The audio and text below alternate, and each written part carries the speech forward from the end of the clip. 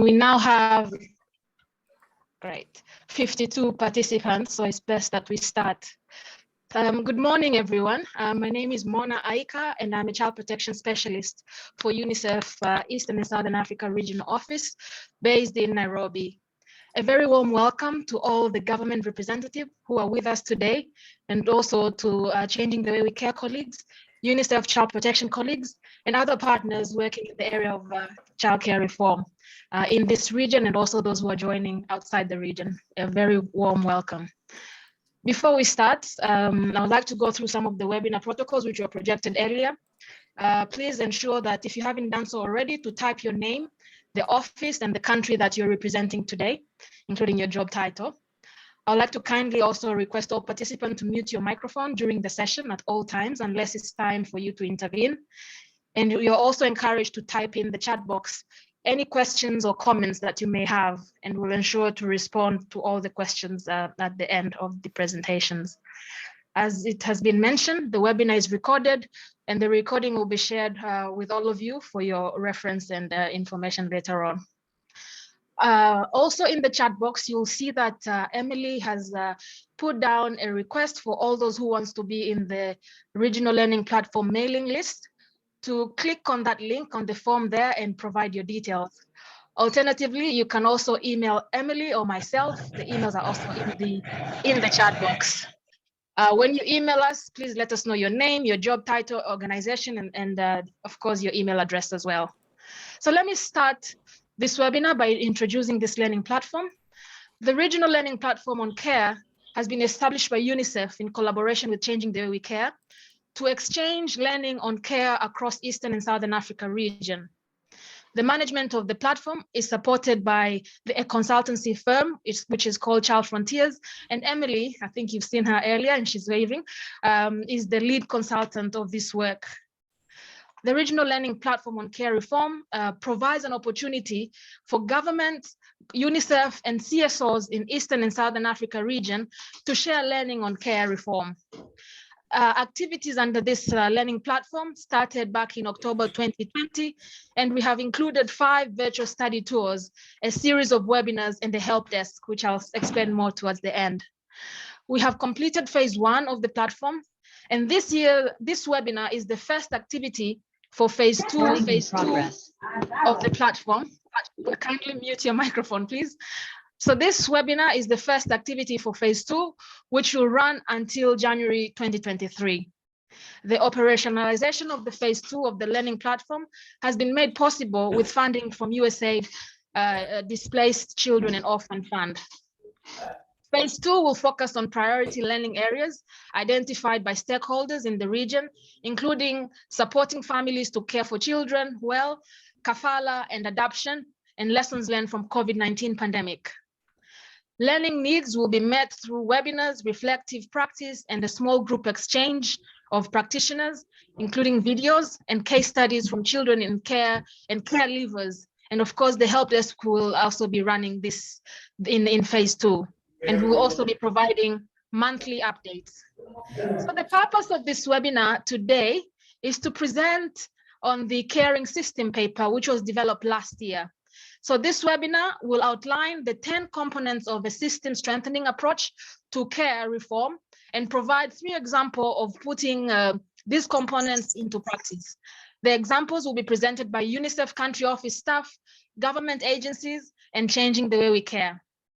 The focus of the presentation will be on the national care reform strategy in Kenya, workforce strengthening for care reform in Rwanda, and care system assessment in Uganda.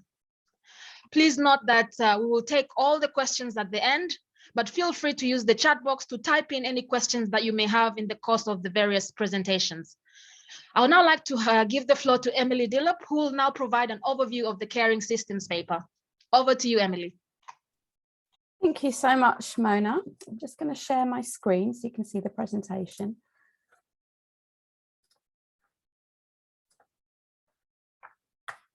Great. Okay, so as Mona mentioned, I'm going to present the caring systems paper, and I've shared in the chat box a link to that paper and also to the PowerPoints for this whole webinar. So I'm going to start off by defining child protection, system strengthening and care reform. And I'll just start off by talking about the goals of these two different areas of work. So in relation to child protection system strengthening, the goal is to ensure that we can prevent and respond to violence, abuse, neglect and exploitation. And care reform has a bit of a narrower set of objectives, which are to prevent family separation and promote children's reintegration once they have been separated, to support families to care for children well, to provide quality alternative care, and to improve decision-making about children's care. And there's a lot of overlap between the two goals of child protection systems and care reform. So for example, being well cared for means being free from abuse and neglect, which is the goal of a child protection system. And being in a loving family is a key factor in preventing the abuse and neglect that is the goal of a child protection system. There are also some key differences in the goals of these two areas of work. Child protection systems obviously have a much broader remit than just thinking about children's care. And they're seeking to address other factors that may cause children harm, for example, child labour or child marriage. And care reform also goes beyond ensuring that children are free from exploitation, abuse or neglect, to really trying to enable children to reach their full potential. So parenting programs offer a really good example of this. These are trying to, of course, to reduce violent discipline in the home, but also trying to improve interactions and relationships in the families so they can promote children's well-being. Great. So although they have quite different remits, the child protection system and the care system and work on care reform have a similar number of components and range of components. So both are really trying to improve laws, policies and guidance, coordination and referral mechanisms, services, minimum standards and oversights, human, financial and infrastructure resources, mechanisms for children's participation and community engagement, oversight, data collection, monitoring and supportive social norms. So why do we need to address care in a systematic way? Well, we know that unfortunately there's a huge problem with care in the Eastern and Southern African region. There are large numbers of children who are separated from their families, who are in institutional care or living on the streets, who are experiencing violence, abuse in their homes.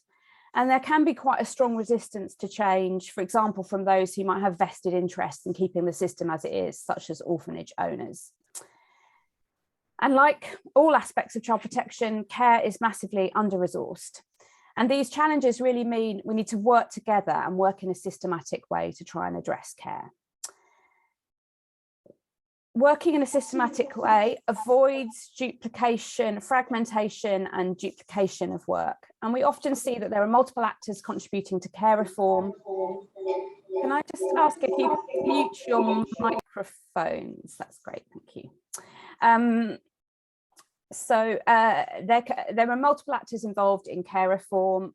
It often involves inputs from the UN agencies, governments, faith-based organisations, NGOs, and we need to coordinate to make sure that these responses are effective.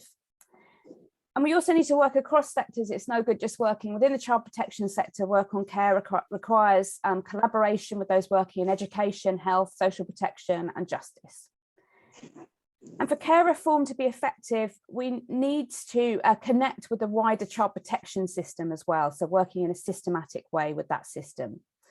So for example, we need to build the social service workforce, and which is a key part of system strengthening, wider child protection system strengthening. And as we'll see later on in our presentation from Rwanda, care reform can be a catalyst for change in the wider child protection system. So how can we carry out care reform systematically? Well, there are 10 key components to doing this, and I'm going to go through these all in more detail through the rest of the presentation, but just to give you an overview, to develop an overarching strategy, engage a range of actors and coordinate, engage communities and try and change social norms, promote participation, strengthen the social service workforce, establish gatekeeping, that's decision-making mechanisms and strategies for supporting children and services, finance reform, ensure that there's good accountability, monitoring and reflection, and use reform, as I've said, as a catalyst for wider change. So developing an overarching strategy involves setting out a clear vision and a set of priorities and steps for reform. This strategy should be part of or linked to a wider child protection strategy. And it must be based on a strong evidence base, which can come from research, administrative data, mappings of the system. We need to engage a range of actors and establish coordination bodies to avoid duplication and overlap. And we need to ensure that there are inputs from government, NGOs, faith-based organisations, UN agencies, and very importantly, those with lived experience, which are those who've been in care or caregivers. And we also need to ensure that there are inputs from a wide range of sectors. And coordination must happen at a range of different levels, so at the national level, at the subnational level, at district level, and also coordination to manage individual cases. And coordination can be used to pool knowledge, to develop and implement strategies, to avoid duplication, and to ensure good management of individual responses to children's needs. It's very important that we engage communities in care reform efforts. As I'm sure you're all aware, those of you that work in the region, in the vast majority of cases, decisions about children's care and responses to inadequate care happen with no engagement of the state. These are just happening, decisions being made between families and within communities, informally, and social services or other government actors or NGO actors are not being involved at all. So communities are playing really a very vital role in providing children's care. And they should be engaged and supported to provide care, perhaps through formal foster care systems, and most importantly through kinship care, which is support to the extended family and friends of the family that are caring for children. They need to be encouraged and supported to make good decisions about informal placements of children, perhaps when a child's been going to sent with a grandmother or an aunt or uncle, to make sure that those decisions are being made in the best interest of the child. They can be used to monitor and support families and children.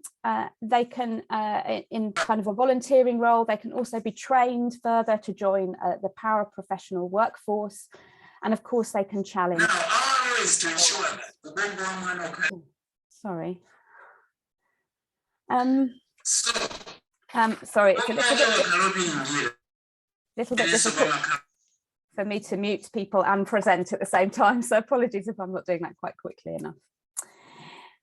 We need to encourage those who have lived experience of the care system, so really understand what it's like because they've lived through it, to engage in care reform. Often we just focus on consulting them and engaging these individuals in research, but there's a wider range of ways that they can be involved through coordination bodies, programme design, perhaps training them so they can be incorporated in the workforce, and advocating for reform. Right, we need to ensure that there are good laws, policies and guidance in place. And these are undoubtedly important, but recent evaluations of UNICEF's work on child protection system strengthening have shown that there's a tendency to place too much emphasis on laws, policies and guidance. And we need to balance this with investments in areas that will ensure that these pieces of paper can actually have an impact on children's care and protection. So, for example, workforce strengthening, social norm change. Okay. It's very important that we strengthen the social service workforce, who are vital across all aspects of reform. We need to begin with a mapping of this workforce. We need to recognise that there are a wide range of different workers involved in that workforce, from fully trained professionals to community volunteers. Across the entire region, and indeed across most of the world, we need to increase the number of workers so that they can keep their caseloads down. And it's important to have continuous capacity building on care, so not just at the beginning of individuals when they join the workforce, but throughout their careers. Case management guidance can be highly valuable, and we need to establish good referral mechanisms as well. And we also need to put good safeguarding mechanisms in place so the workforce can't abuse their position to harm children. So gatekeeping mechanisms are mechanisms for decisions about children's care and support needs, and it's vital that we have those in place. We need a range of different services, family strengthening services that prevent separation, and this should be a top priority. We also need services to support reintegration once children have been separated, and a range of alternative care services that might include foster care, supervised independent living, vitally important support to kinship carers, and small-scale use of residential care, but not the use of large-scale institutional care, which we know can be deeply harmful to children's well-being. So we need to finance reform, and UNICEF have provided some really excellent guidance on financing child protection systems, which outlines really 4 different steps in encouraging the better financing of child protection and care. Firstly, estimating how much is being spent on care reform, then considering if these funds are being spent on the right area, identifying gaps in expenditure and advocating for change.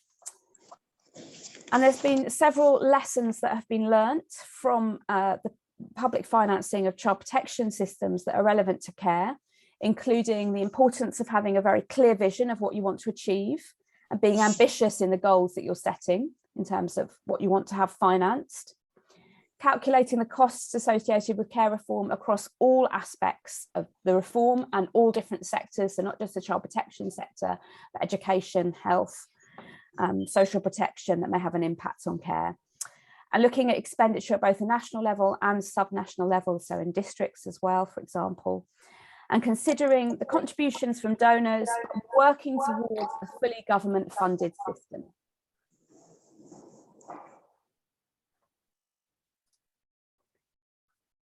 Okay, and so finally, almost finally, one more to go, we also need to think about accountability mechanisms, monitoring and reflection. So it's vital that we can hold the government to account for their duty to ensure that children are being well cared for. We need to monitor progress carefully. We need to monitor, obviously, all your individual programs, but we also need to look at how the system is working together and whether all of the individual pieces are adding up to comprehensive change for children's care. And we should reflect really regularly and adjust care reform processes as necessary. I just ask that you mute your microphones. Thank you. And finally, we need to leverage change in the wider system. So, for example, we need to make sure that we link our policies, guidance and coordination mechanisms on care with policies, guidance and coordination mechanisms on child protection. We should consolidate community mechanisms working on different aspects of child protection. So rather than having a community group on trafficking and another one on child marriage, another one on care, we should consolidate them so the same volunteers are looking out for a range of different child protection issues. And ensure that the workforce is responding both to care and to wider child protection issues. So I am going to hand over now to, sorry, just going to change the sharing options to UNICEF Kenya and the government of Kenya. So I hope we have Mr. Abdinur Sheikh, who's the Chief Executive of the Kenyan National Council for Children's Services, Catherine Kimoto from UNICEF, who's a child protection specialist, and Edith Apio, who's the project manager for Changing the Way We Care, who are going to share information about Kenya's 10-year national care reform strategy, which will enable us to illustrates the aspect of the care reform system on developing an overarching strategy. So do we have any of those speakers present? Yeah, thanks, Emily. Here is Catherine Kimundo. Let me put on.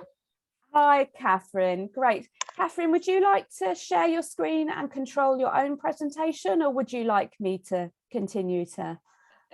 Please do. Okay, fantastic. You just tell me when you want me to check. Do you want me to do it? Yes, I would like to do it, but we'll do it with Edith. I just want to say apologies from Mr. Abdinu. He got a call for an urgent meeting with the Parliament. So I will ask Edith of Changing the Way We Care to take us through halfway, and then I will pick from where she gets. Thank you. Thank Edith? you. Thank you, Catherine. Hi, everyone. I'm Edith from Kenya, working for Changing the Way We Care initiative within Catholic Relief Services. So I'll take us through our presentation. Next slide, please. That's actually one of the forums where we were looking at the care reform strategy. And those are the key stakeholders that were in that forum. The NCCS, that's National Council of Children's Services, UNICEF, Changing the Way We Care, and also Directorate of Children's Services. Next slide, please. So this is the care reform journey in Kenya, and this was a product of both government and civil society organizations, which includes UNICEF and Changing the Way We Care. And it started way in 2001, where we had the enactment of the Children's Act. And then there was the development of the cash transfer programs for orphans and vulnerable children. And then we had the adoption and charitable children institution regulations for 2005. And then the new constitution of Kenya came into place. And then assessment of legal provisions and practice of foster care, adoption, and guardianship also took place that time. And then development of national child protection policy and national social protection policy. And these were done in collaboration with all stakeholders during forums, during meetings, and also during consultations. And this has made us have milestones with regard to the care reform strategy. And in 2013, we had the national standards on child protection, national standards on charitable children institutions developed, which guides the operations and the mandate of the charitable children institutions. And then we also had the development of the guideline for alternative family care of children in Kenya in 2014. And then in 2015, we had a moratorium on inter-country adoption, which was also passed. That also guides that kind of engagement. And that was 2015, 2016. And then the moratorium on inter-country, and then the training of government officers on the guidelines was done in 2015, 2016, getting into 2017. And then in 2018, we had the Children's Bill passed. And then we had the pilot program on child care reform in Kisumu, Kilifi, Nyamira, Murang'a, and Kiambu done, which gave us an analysis of the situation in those child institutions and also what needs to be looked into in terms of aspects on care reform. And then in 2019, we had the study visit and development of the case management package and training of children's department, representatives on it, and alternative family care. And then we had a situational analysis done in 5 counties, which also really gave us a lot of information with regard to the situation on children within children institutions, and also some of the drivers, the key drivers that push children in institutions. And it also gave us some recommendations in terms of what to address even as we work around care reform. Then there was the formation of the technical working group on care reform. And then high-level ministerial training on care reform happened.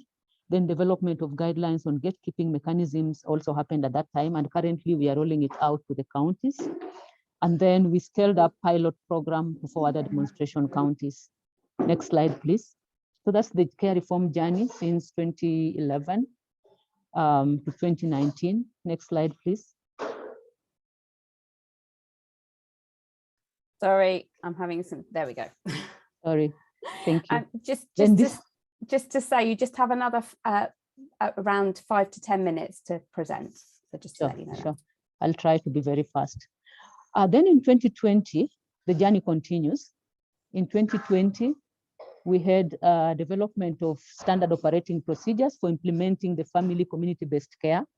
And then the first and second level data collection on children released from institutions. Remember when COVID set in, the government sent directives so that all children could go back to their homes. So we did a data collection, second and first level, just to be able to understand also the situation and also provide the emergency services that were needed at that time. Then there were targeted interventions, that one I've spoken about. And then in 2021 to now, we have had international learning visits between Kenya and Italy on foster care via Zoom. We have developed foster care training manual for practitioners and parents. We have also validated the care reform strategy. We have scaled up Nairobi County to other demonstration counties, and then development and finalization of the national Kafala framework. And currently, actually, we are working on the Kafala family care, and there are even data collection has happened. And the sensitization workshop on Kafala in Kilifi and Garissa has happened. Children's bill currently in parliament, and then the ongoing development of county-specific care reform strategy for Turkana County. All those are happening as part of the bigger journey within the care reform strategy in Kenya. Next slide, please. Maybe I can pick from there then. Thank you. Yeah, so thank you. That is the background. I think you can go ahead, but just to say the background is that we have 45,000 children in institutions that are about, actually at the moment, they are 900 and above. And we all know the evidence why we need a care reform. And the strategy therefore reaffirms the leading role of the family and development. Next. Within this, the care reform strategy, as Emily has said, we have tried to cover all the aspects of the care, both prevention and response. And it has the visions and goals, the principles that we have picked, and the scope defining the children that will be addressed by this strategy and the activities to be undertaken. And you can go to the next step, and we have the costing and all that. So within the care reform strategy for Kenya, we have the vision that all children should be in family and communities. And the goal of the strategy is to transition from the over-reliance on institutional care for unaccompanied and separated children in a systematic way that allows children to live in families and community. The strategy is up to 2031, and we are talking about most children because evidence shows some 10 years is a short time in reality, but it's good enough to have most of the children living in families and communities. Next. There are 3 levels that we discussed and agreed with the stakeholders, and this is the national level. So the strategy talks about what should happen at the national level, especially on government leadership and coordination, and just ensuring the strategy is implemented in all levels. Then we have the county level government. In Kenya, we have 2-tier government, the national and the county level. And within the county, it's where implementation happens. So it's about data collection, developing M&D plans and action plans and budgets at the county level, and the actual implementation using the existing structure. We have an area advisory council that is in the Children's Act, and within that, they establish a subcommittee of area alternative care committees, and they support the coordination and oversight. Then we have a level of non-state actors, that is the civil society organization, recognizing that they complement the government. So So we have recognized that in the strategy, and they will work within the standards that have been set by government. Next.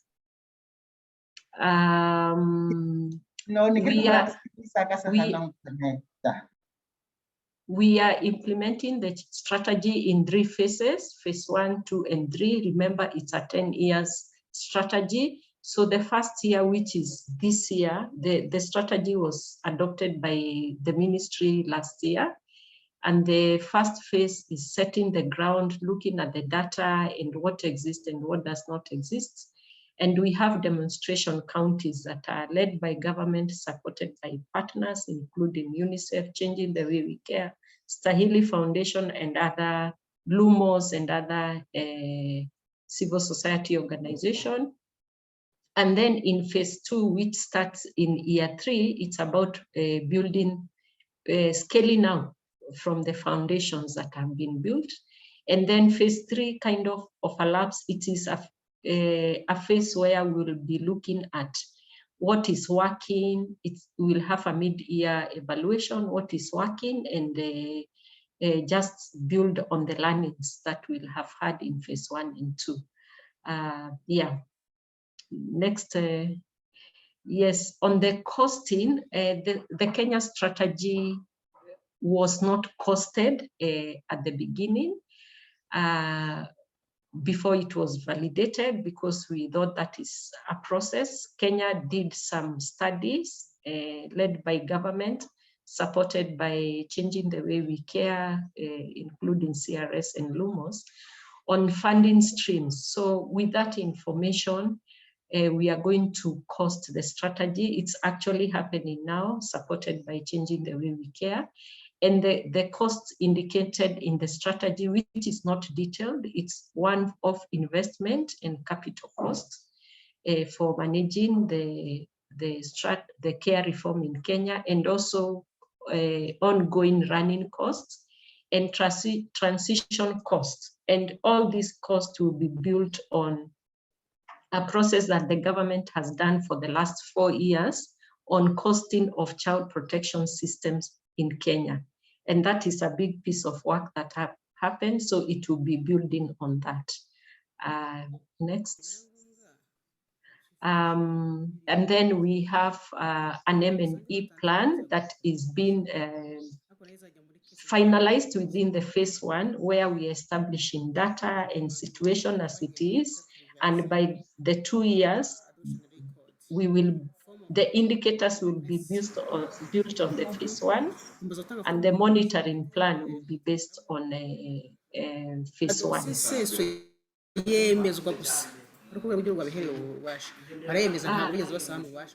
mute your microphone, please. Monique, yeah. Monique, please. Yeah, thank you.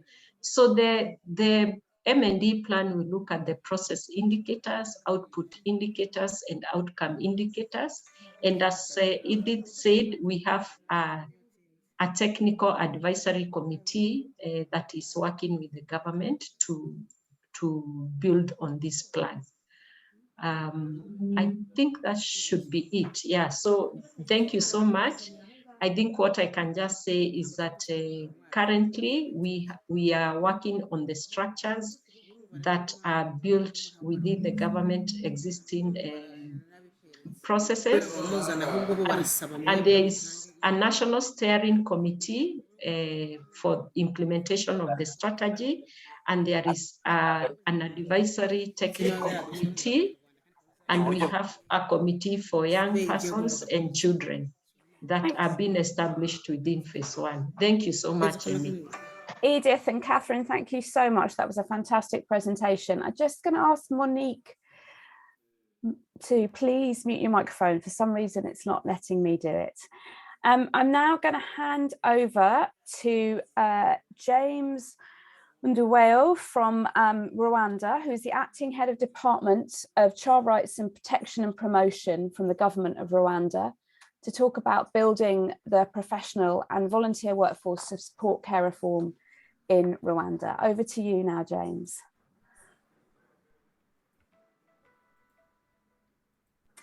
Thank you, Emily. I would request my colleagues from Kenya to remove their presentation so that I may put mine.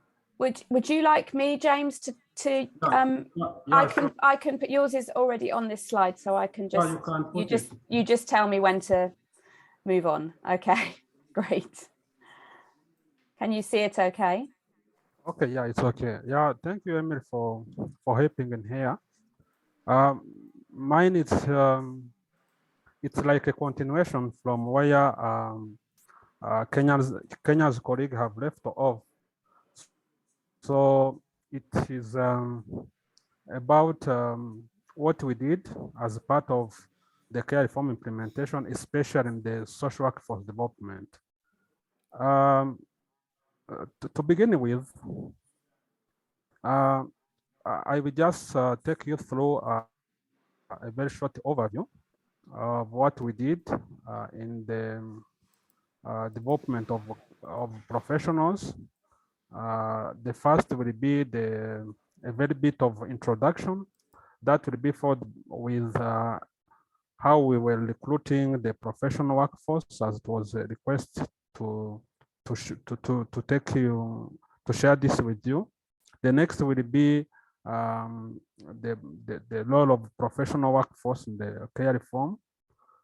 Next will be how the professional social workforce are being absorbed into the civil service and what the support this workforce is providing to child protection. The next is the role of the community volunteers in the care reform, and the last will be trying to take you through how those community volunteers work with the professional social workforce.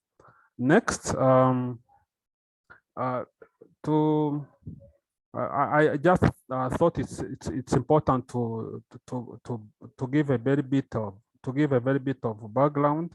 So in March 2012, the government of Rwanda established the strategy for national child care reform. That strategy has the main objective of transforming the Rwanda's then child care protection into a family-based and the family strengthening system, whose resources, both human and financial, are targeting to support vulnerable families to remain together.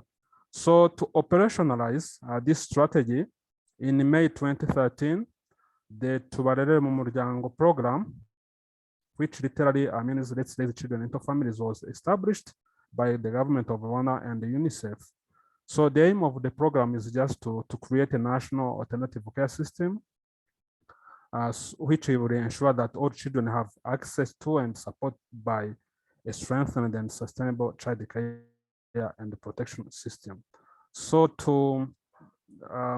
for this program to be able to achieve its mandate, it was established before.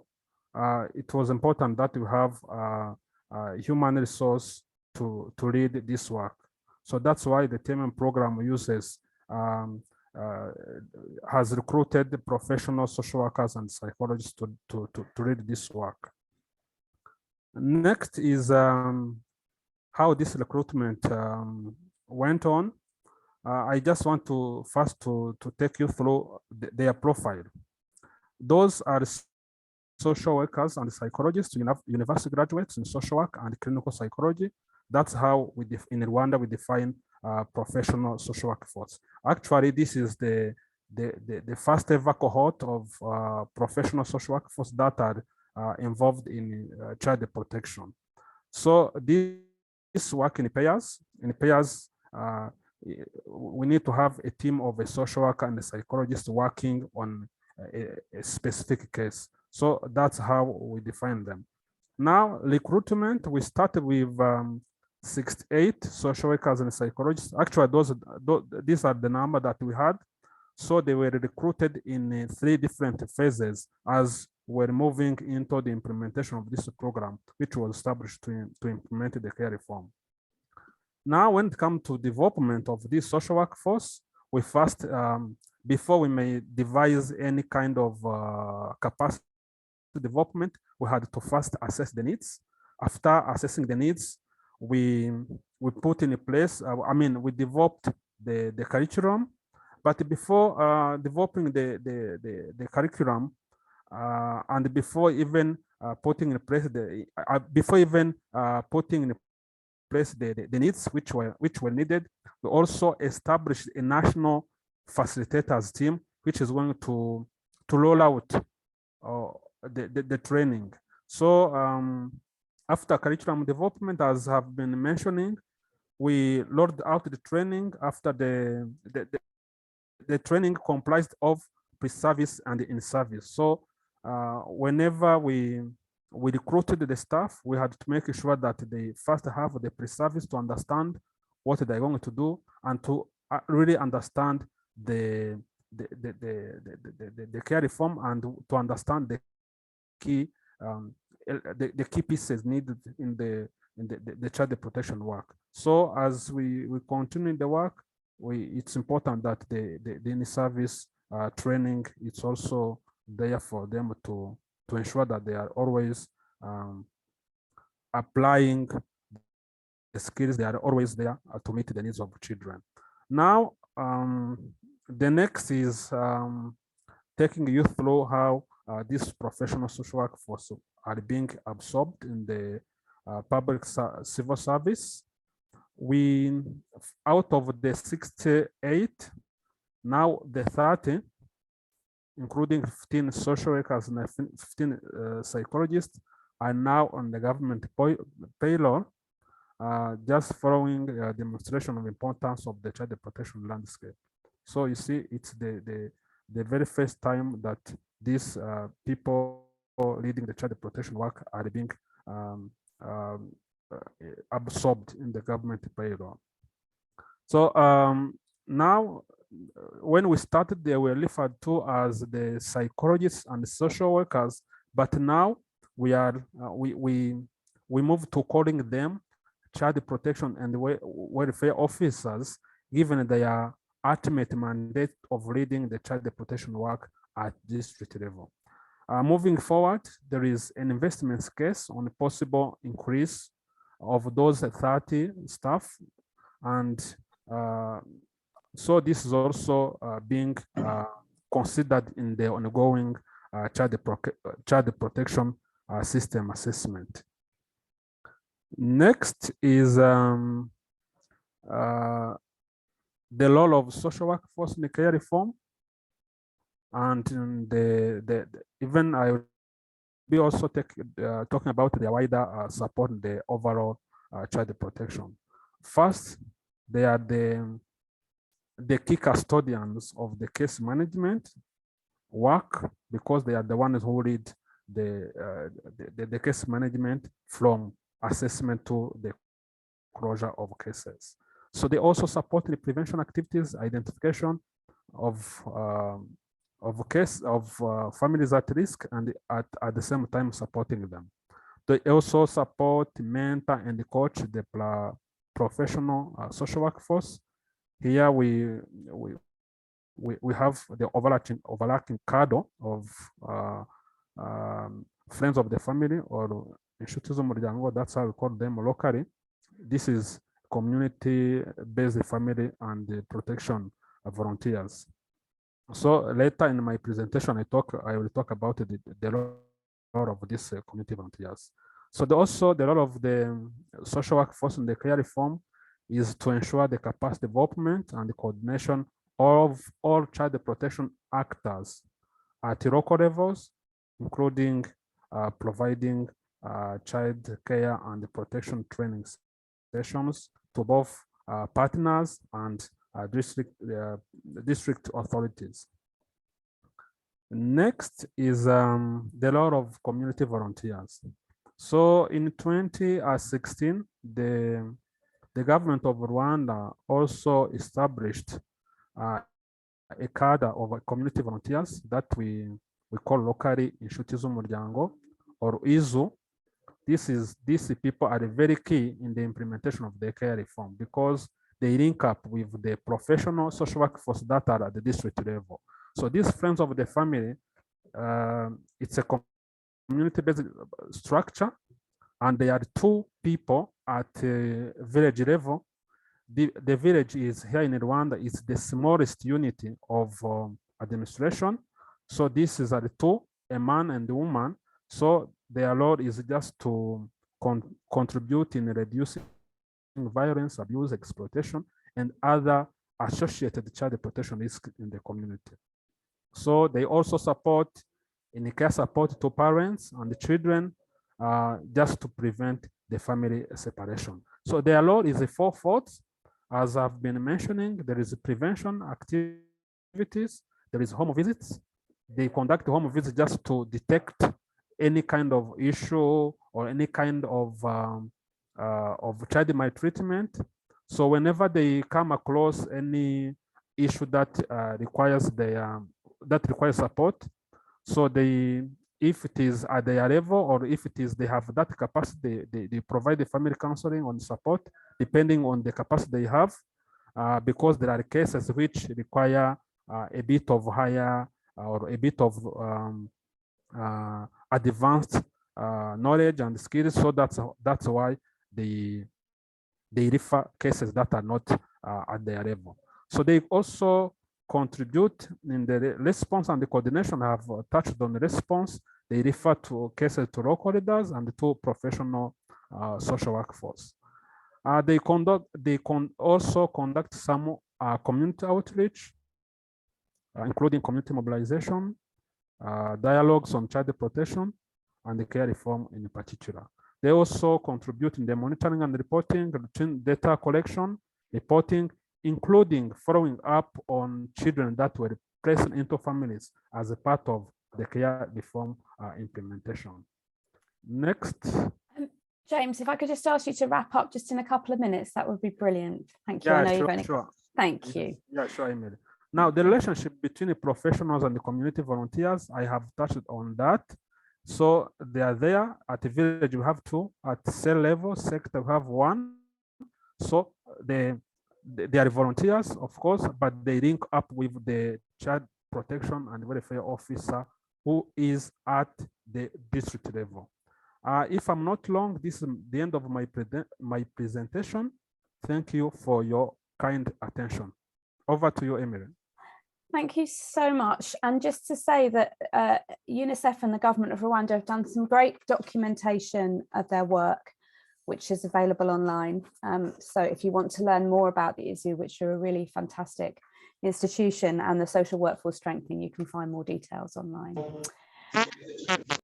Okay, so we're just going to move, last but not least, to the care system assessment in Uganda, which provides an example of evidence for developing an overarching strategy and also for accountability and monitoring. And I am going to hand over to Barbara Aber, who is the Regional Family Care Advisor for Eastern Southern Africa for Catholic Relief Services. Barbara, if you're there, you can start your presentation. Thank you, Emily. Good morning, everyone. I just turned on my camera so you can see the face, but I'll briefly turn it off for bandwidth, if that's okay. So yeah, good morning, everyone. I'll jump right in as Emily has already introduced me. In 2017, Uganda carried out a participatory care reform assessment, and the final report came out in 2018. The aim and objective of this process was to identify existing gaps and strengths in the country's journey towards care systems reform. We used an adapted version of the measure evaluation tool for assessing and monitoring alternative care systems. The tool itself included several assessment items across the 6 care system components, such as governance and leadership, financing, social service workforce strengthening, service delivery, M&E and information systems, and lastly, social norms and values. Next slide, please. The tool itself included several tabs, each representing an area of alternative care for children. So if you see the areas in bold, so for example, prevention of unnecessary family separation, foster care, residential care, supervised independent living, etc. And the idea was that workshop participants would discuss each statement under these areas that were grouped around the system components. And they would ask themselves questions in terms of whether or not they agreed with the statements put forward. And we had predetermined response options such as completely, mostly, slightly, not at all, yes or no, etc.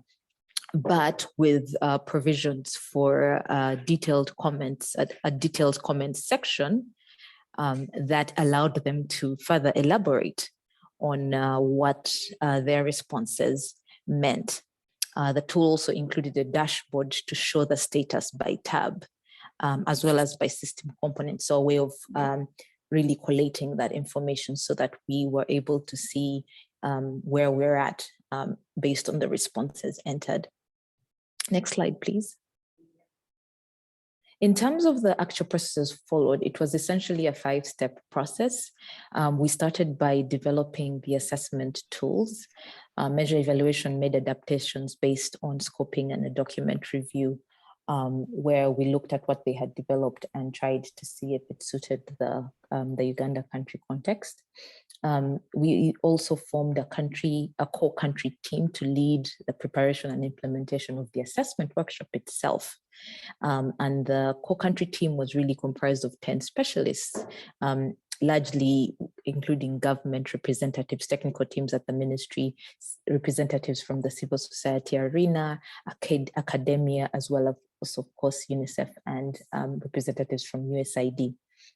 The members of this group were selected by the Ministry of Gender in collaboration with USAID and of course with guidance from Measure Evaluation based on their expertise, their experience and their commitment to care reform in Uganda. The group itself was established in June 2017 and after which the team was finalized after a multi-country workshop where they collectively reviewed and adapted the assessment tool itself, again, for context-specific content. And then the third step was the customization of the assessment tool. So that tool was then taken and we led a 2-day assessment process where we tried to make it as context-specific as appropriate, with a lot of customization around broader child protection system, UN guidelines on alternative care, and our own national framework to make sure that it addressed itself to all these aspects. The fourth step was conducting the actual participatory self-assessment itself. Measure Evaluation and Ministry of Gender held preparation workshops and conducted a 3-day country assessment process. And then lastly, there was a whole process of action planning where we took all the findings of the self-assessment and decided to come facilitated a process for developing specific actions against the agreed actions. Next slide, please. In terms of the participatory assessment, we had a total of over 45 stakeholders who participated in this 4-day assessment workshop, including, of course, Ministry of Gender and other government line ministries such as Ministry of Health, Ministry of Internal Affairs, government social workers from selected district local governments, as well as representatives from also the childcare institutions or charitable care institutions, or as are known by other countries, as well as development partners like UNICEF and USAID, of course. However, prior to this workshop, we had a process of agreeing with the core country team as well as with Measure Evaluation in terms of the methodology. How are we really going to ensure that all these questions in this tool were answered and answered appropriately? So we narrowed down to a process where we assigned every participant to one of 4 groups that would answer all the questions in those 4 groups and in those 4 sections. And then we made sure that others were answering more broader cross-cutting, the questions in the broader cross-cutting themes as well. Next slide, please. That assessment process resulted into a long list of recommendations, 42 to be exact. And we needed to then develop a process of scaling that down. So we developed a 4-dimension criteria for prioritizing these recommendations.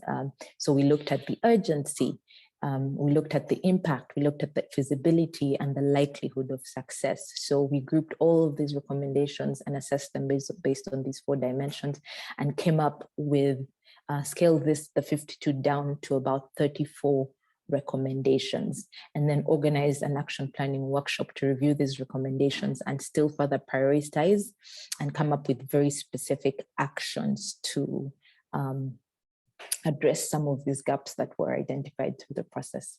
Next slide, please. In terms of key results and actions taken to date, the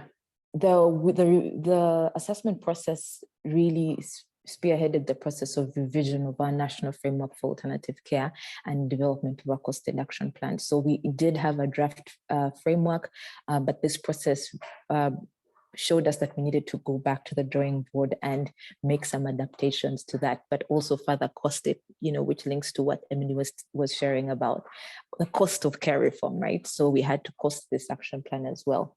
One of the key recommendations from the assessment process was the need to develop more specific concrete practice guidelines and tools for the implementation of alternative care options such as foster care, for example, and a structured process for case management for separated children. So civil society partners led by the Ministry of Gender developed foster care guidelines and SOPs, as well as a training manual for foster parents to accompany that process, as well as harmonization of all the existing case management SOPs and tools around separation into one national document to be used by everyone. And then we also came up with a document to streamline our gatekeeping practices through the national guidelines for the establishment and implementation of alternative care panels in Uganda. So a lot of this work happened post-assessment, so around 2019.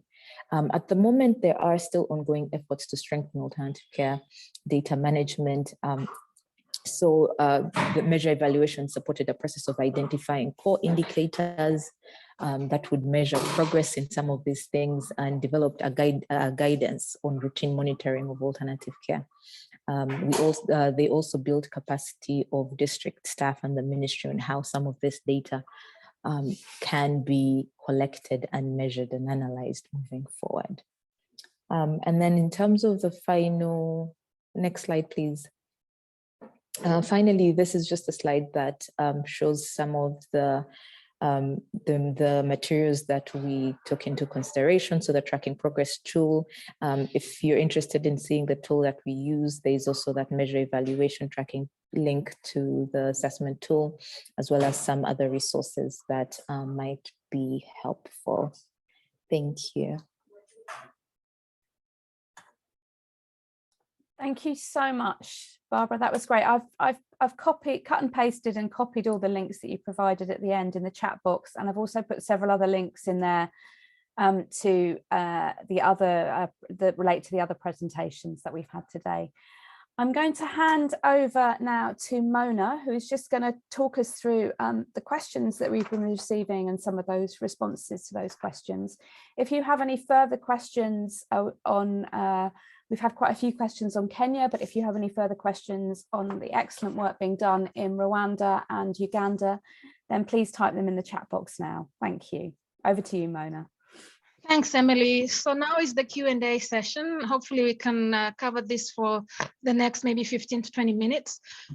We have a few questions that I've noted they have already been responded to, especially the questions addressed to Kenya, Edith and Catherine. I've seen that, there was a question around what's the role of government in the development of these guidelines and policies and other procedures that were developed. And also there was a question around, requesting to get the guidelines on gatekeeping mechanisms, which I've seen, the links have already been provided in the chat box.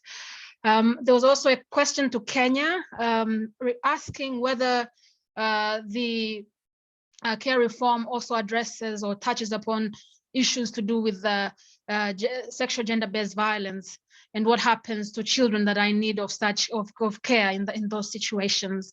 And lastly, I've seen a question to Kenya again.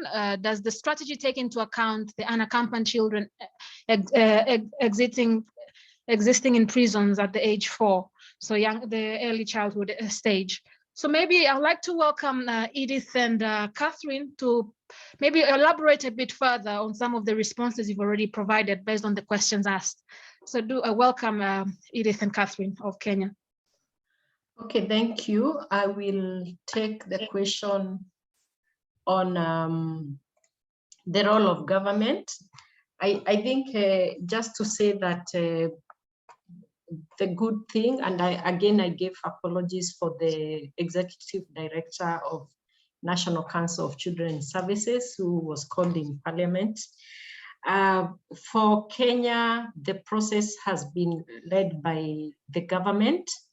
And as Edith showed, it's been a long process, but within the care reform strategy, what we did in 2019, just before the COVID, together with Changing the Way We Care, we approached the government and they formed a core team of partners. We called it a core team just to move the agenda of government agencies that have a mandate in children, either in service, for providing services for prevention or response.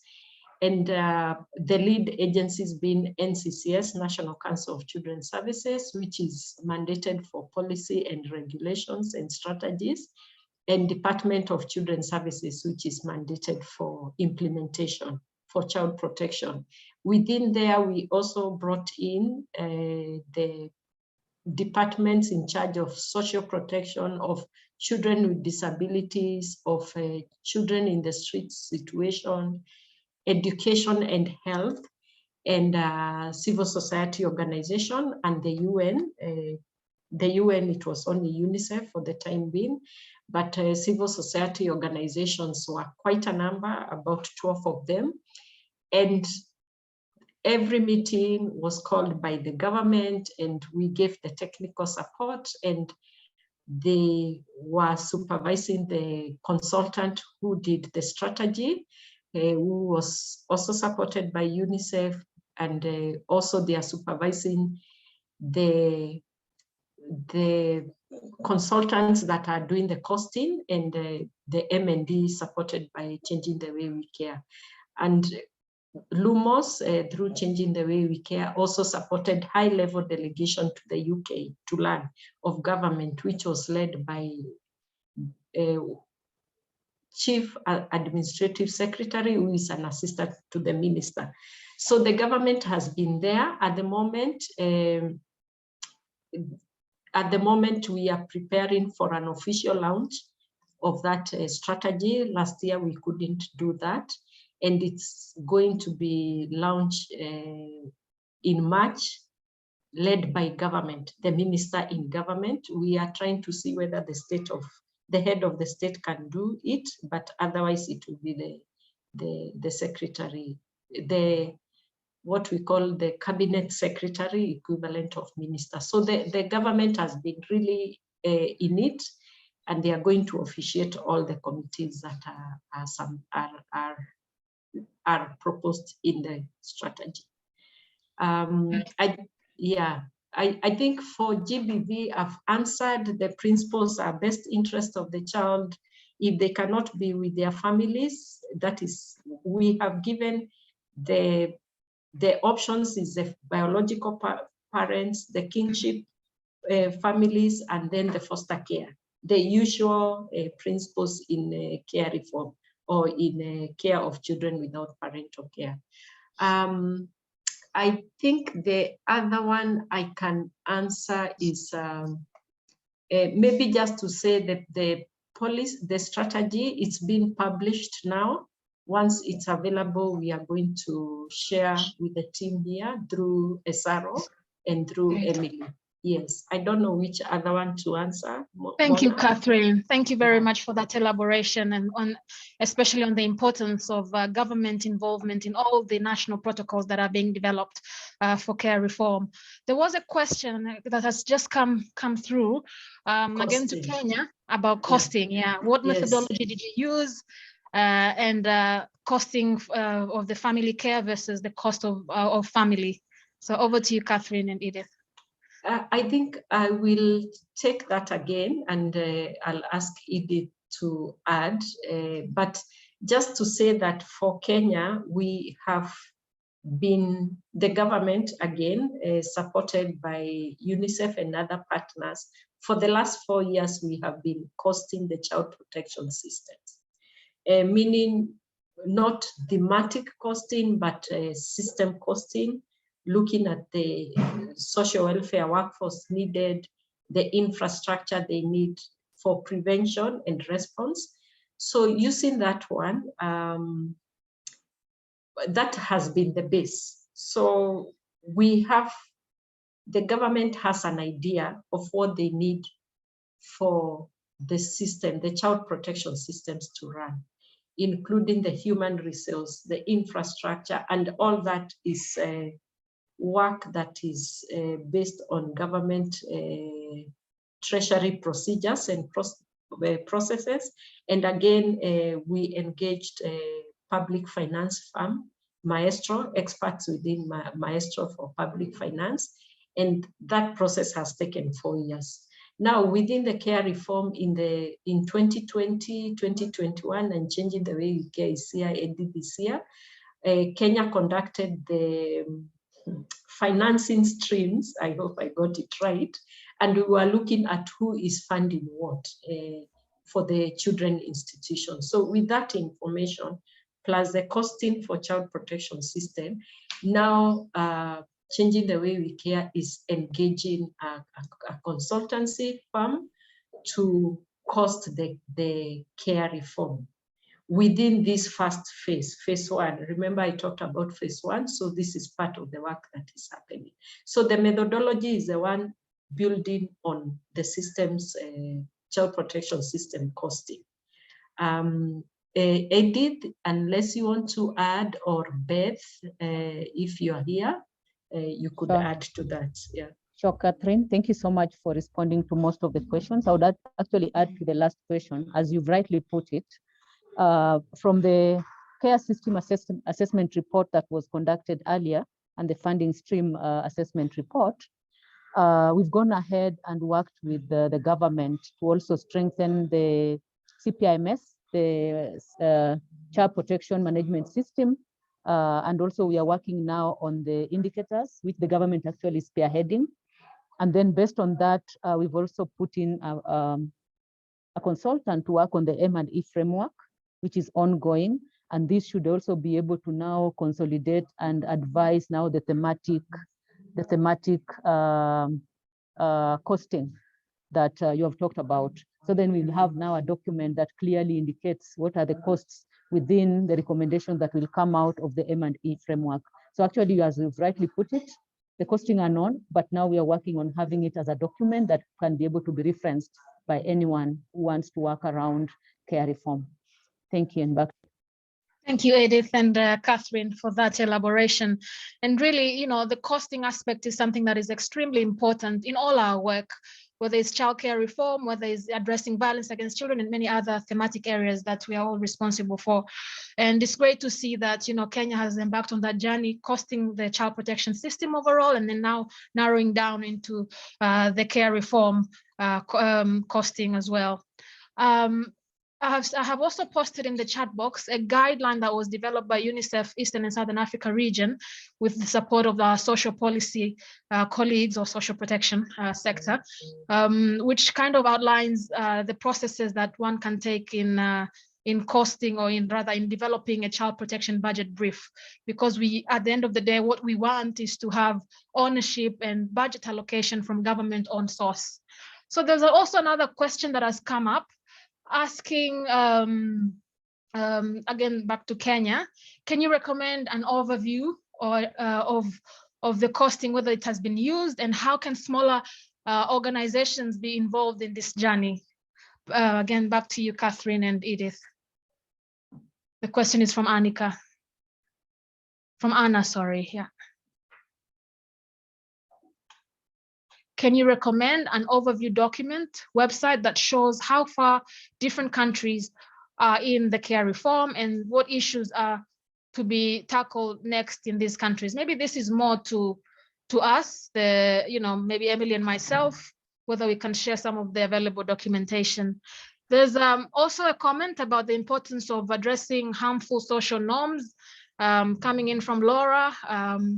And you can read it there on the importance to also have put in efforts to promote, change, the behavior change in harmful norms that promote institutionalization. That's also another very important area to consider. And then there's a question to Kenya. Do you also see that the government allocate funds to the implementation of care reform? So based on the analysis done of the budget, are you starting to see budget allocations or not yet? Again, over to you, Catherine and Edith.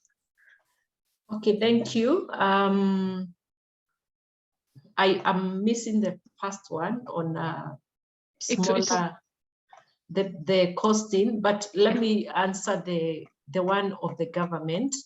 I think for Kenya, again, as I said, this has been a process and recognizing the low funding of child protection sector.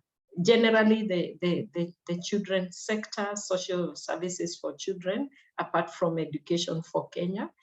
And generally, the work that UNICEF has done is focusing on public finance for children.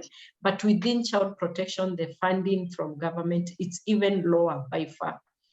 For us, with an analysis we did in the last 3 years, financial years of the government, that is about 0.08% of the government budget that is allocated to child protection. And that does not include social cash transfer because they are all under the same ministry. So we subtracted that just to get the child protection. So it's been a journey for Kenya, including working with the National Treasury, which I must confess here has not been easy, and also with the planning officer in the responsible Ministry of Children Issues, child protection issues, and finance officers, including those in the sub-national government, the county governments. And in Kenya, what has been done by the government has allowed technical support from the UN and civil society organizations. Some of them are here. And now we are moving into sensitization for the last 2 years. And we are seeing a buy-in from the Treasury government officers and also planning officers. So we see a situation that they are going to buy in, and we are getting endorsement even as recent as this January. They have asked the ministry to redefine their program and sub-program within the National Treasury procedures and policies. So we see it happening, but I must say that it is a journey you have to walk with the Treasury people to understand the costs that come with child protection interventions, which including care reform. I must say the director of planning in some of the workshops we have held to popularize the strategy has even had presentation on how the economist can support the care reform. The economist, the planning officers employed by government. I hope I answered that. Thank you. Thank you very much, Catherine. You've answered the question very well, and really highlighting the importance of working with other government partners outside the child protection or the ministry responsible for children. We've had great insights there on how Kenya has worked with, the Ministry of Finance and other, finance people to look at the budgets. There is a question about children with disability. Hi, can I also add something to what Catherine has said? Sure, sorry, Edith, I Yeah, missed that. I think Go ahead. I think also what we need to also recognize is that there's very great goodwill from the government of Kenya for us to have the guidelines, the policies, and the strategies. There's so much staff time from the government that has gone into this, and also the goodwill and the coordination that if it was to be costed, it would also give us some amount of contribution from the government. But as Catherine has said, it's a journey, and we are in the foundation as we build up. And we are also looking at it being able to bear fruits. But also at the county level, we are pushing for the investment cases, which we are working with the coordinating mechanisms at the county level. And I know it's a process, but we are working on this with other partners. And it's something that has started. It's work in progress. Thank you. Yeah, thank you, Edith, for the additions. And there is another question about what about children with disability in care reform? And I've seen a response from Florence responding to the work from Kenya and how children with disability have also been included in the strategy. But I've also seen that Emily has posted a paper that was developed under this platform on disability for the care reform for children with disability. So that's available. But maybe we can hear more from Rwanda, James, to maybe highlight some of the work that you're doing there around children with disability and care. James, if you can unmute your microphone, thanks. Thank you, Mona, for the question. Yeah, sure. Around the children with disabilities, back in 2018, we did an assessment to see where we are in terms of implementing the care reform. So we note that the result from the assessment is that it seemed like children with disability were not much considered because this was not initially thought about at the when starting the program. So we thought that children with disabilities should really be considered. So from there, from that assessment, we developed an operational guidance on inclusive children's reintegration. So, and the associated documents, which include training documents for social workers. It includes all the guides that can provide insights on how to consider children with disabilities into family into care reform. So from that operational guidance, it is guiding the initial intervention that we started or that we have started as far as this consideration of children with disabilities are considered. We have now complete the piloting phase where one Center for Children with Disabilities has no longer children inside the institution, the center. We are now in the more 3 centers. So this is being rolled out on a basis. So that's what I can say on children with disabilities. So it is something which we had taken into consideration. So what I can also add is that we are now recruiting additional professional social workforce that are going to lead this work, which we are calling inclusive children's reintegration. Thank you. Over to you, Mona. That's what I can say on this question which was asked. Thank you, James. There is also a comment and a question from Innocent asking, he's impressed by the progress made by the various governments in the area of childcare reform. And the question is there any resource that captures this across Eastern and Southern Africa region and more likely becoming mandatory to report against each government progress, like some sort of a barometer? What I can say with this in this region, and particularly for UNICEF, we don't have a tool for this. But however, as we all know, all governments that have ratified the various conventions are supposed to report on the various, aspects of the CRC, the African Charter, and so forth. So this is where governments can report on the progress that they have taken when it comes to childcare, and even in some cases alternative care. We don't yet have a consolidated piece of work that captures all the progress across the region, but we have different papers that I think, Emily, you have already posted on the chat box, of the papers that are produced based on the government's efforts, UNICEF and partners, in advancing the care reform.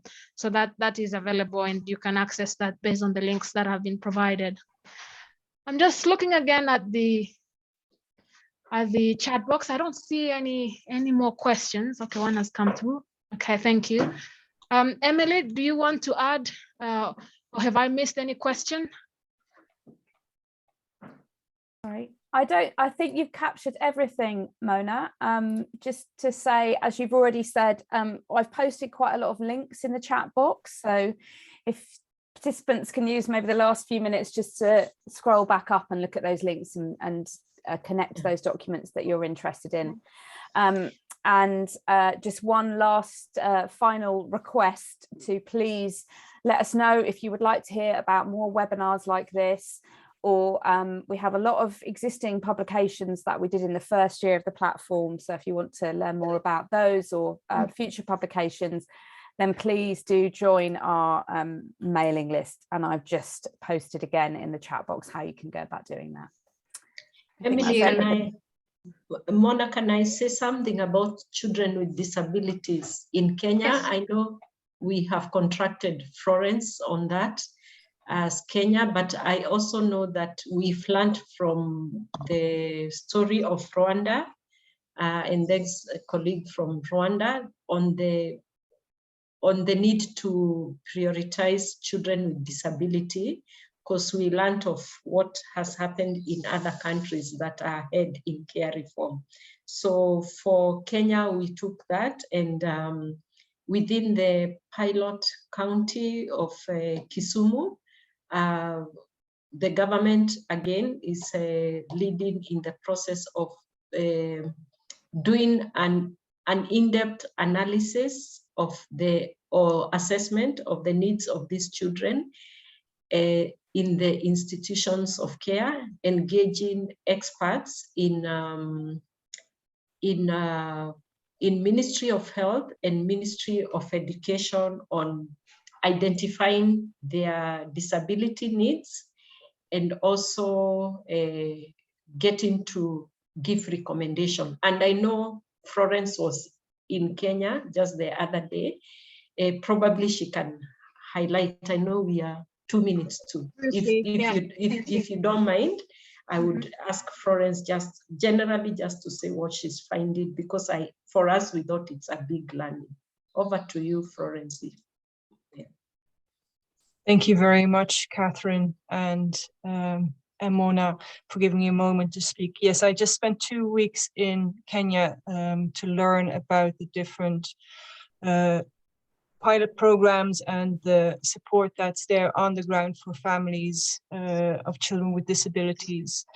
And we had a really productive stakeholder meeting with a lot of stakeholders, both from government, from county government, organizations of persons with disabilities, and also some NGOs that were there. And it was very, very productive. Everyone was very open to discussing both what is needed, how we can include the children with disabilities, and open about the challenges that are there. And very good first steps were made in recognizing that there's a need for better coordination between different governments, and to make sure that the visibility of children with disabilities in policy and in implementation becomes clearer. And the work on that is clearly being done. So I found it a very encouraging start. There is a lot to be built, because like in most countries, children with disabilities are easily made invisible. They don't have a very strong voice. They don't call out for their needs very much, and their parents often feel burdened and disempowered. So there's a lot to be done to make it possible for families to feel empowered and strengthened to the point where they are able to take care of their children. But there are also a lot of very promising projects going on, and pilots and grassroots organizations that are showing very good results. So there are things to build on and to learn from and to scale up, which definitely makes it look very feasible to make sure that children with disabilities are included in the National Care Reform Strategy and the transition process from the start. Thank you very much. Thank you, Florence, for highlighting some of the findings based on the work you're supporting the Kenya Country Office to implement. It's now 12:31. We have learned a lot today. I personally have from the 3 countries that have shared their care reform journey. So at this point, I would like to wrap up and close. So first of all, I'd like to thank all the presenters for providing great insights of their respective childcare reform journey and system strengthening work. So these are the presenters: Catherine of UNICEF Kenya, Edith of CRC and Changing the Way We Care, James of Rwanda, and Barbara of Uganda CRS. And of course, I'd like to extend appreciation to colleagues from Changing the Way We Care, Beth and Erica, who are maybe have not seen their names, they've not managed to join, but they played a key role in preparing some of the presentations that we've had today. And last but not least, to thank Emily for the great management and facilitation of this webinar. I'm always very encouraged when I see numbers going up of participants joining this session.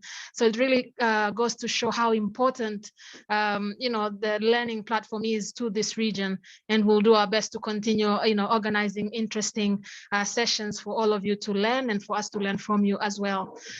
We will share maybe in the few, by email, the recording of this webinar and some of the links to the attachments of the various resources that are available as part of this platform. So with that, I thank you all very much and look forward to the next webinar, which we'll announce soon by email. Thank you and goodbye for now.